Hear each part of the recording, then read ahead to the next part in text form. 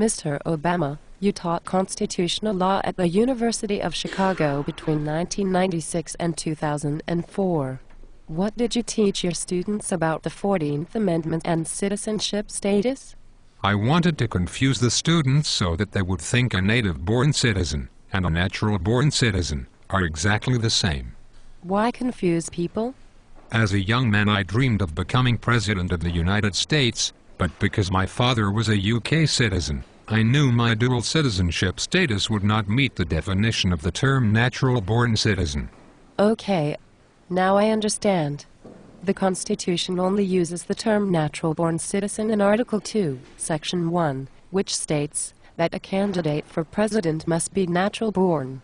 Elsewhere in the Constitution, the founders only used the one-word term, citizen, which can mean naturalized, or even native-born. That is true, but if my buddies in the media, and I, can confuse everyone by interchanging the words native-born with natural-born, we can make people believe that all anchor babies have the constitutional right to serve as president. You see, repetition of a falsehood is an effective tool of disinformation. If all goes as planned, one day even the child of a foreign terrorist could become president if the child is born on U.S. soil. Since you taught constitutional law, please educate this private audience by describing the qualitative differences between a native-born citizen and a natural-born citizen. A native-born citizen is a person born on American soil. In contrast, a natural-born citizen meets a higher constitutional standard which requires the person must not only be born on American soil, but also be born to parents who are both U.S. citizens at the moment the child is born. You see, our founders feared that if a U.S. president had a foreign allegiance of any kind, he might undermine our country. The Constitution does not define the term within the document. So what is the source of your definition of a natural-born citizen? There are at least two sources. In 1789, Dr. David Ramsay wrote a dissertation called The Nature of Citizenship. He said, quote, "The citizenship of no man could be previous to the Declaration of Independence, and, as a natural right, belongs to none but those who have been born of citizens since the 4th of July, 1776, end quote.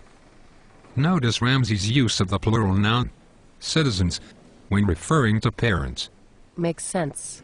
I am aware that Dr. Ramsay was a prominent historian who played an important role during the formative years of the United States. Yes, that is true. Is there a more recent source for the definition? Yes. In fact, it is in the record of House debates concerning the 14th Amendment. Representative John Bingham of Ohio is considered the father of the 14th Amendment. In 1862, Bingham said the following, quote, "All from other lands, who by the terms of laws and in compliance with their provisions become naturalized, are adopted citizens of the United States. All other persons born within the Republic, of parents owing allegiance to no other sovereignty, are natural-born citizens." End quote. Did you notice that Bingham also refers to a child's parentage in the plural? That is, both parents must be citizens. I did notice. Has the Supreme Court ever mentioned John Bingham's remarks in a lawsuit? Yes, it has. But what I'm about to tell you is just between you and me, and this private audience. In a 1968 case titled Duncan v. Louisiana, Supreme Court Justice Hugo Black cited Bingham's remarks that a child born on American soil to parents who are both citizens as an authoritative source for defining the term natural-born citizen. Very interesting, Mr. Obama. Did you tell your students about these sources? Are you kidding? That would have undermined my goal to become president. Even though my mother was American, my father was a Kenyan with British citizenship. That means I also have dual citizenship with Britain. The U.S. Congress cannot publish a resolution or write a law that can retroactively alter my dual citizenship status. That being said, I hate the British and don't want to be associated with them because they colonized Kenya. I guess you hate the British even more now, because the royal family refused to invite you and Michelle to the royal wedding. Do you remember the Churchill bust that I sent back to them my first week in office, And the cheesy gifts that I gave the Queen and the Prime Minister? I'll find a way to get even with the British again. But let's get back on topic. Since the mainstream media is liberal, and they agree with me that the Constitution is an impediment to our shared progressive ideas, they are helping me with my disinformation campaign. How are they helping you? First, of course, they are interchanging the words native and natural born. Second, they are using Alinsky's Rule 13, quote, pick the target, freeze it, personalize it, and polarize it, end quote. That's the reason they label everyone who questions my eligibility as birthers, including the people who are simply trying to debate our founders' intent with respect to dual citizenship and the office of president.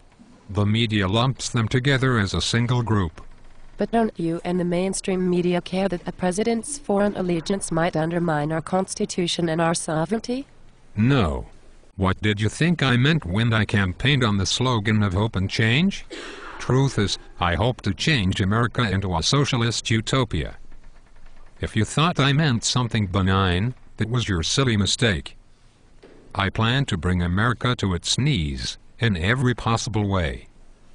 Once we Democrats have successfully deconstructed the Constitution and the economy, we will change America forever.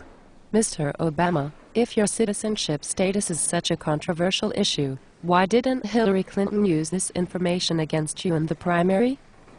As you know, both of the Clintons have questionable integrity issues. Also remember that I have very wealthy supporters, one in particular, who know every detail of Hillary and Bill Clinton's dirty laundry. So, we just agreed to keep quiet about each other's problems, and we also agreed to let the voters decide who should be president. I won. And now, I have Hillary on a short leash as my Secretary of State.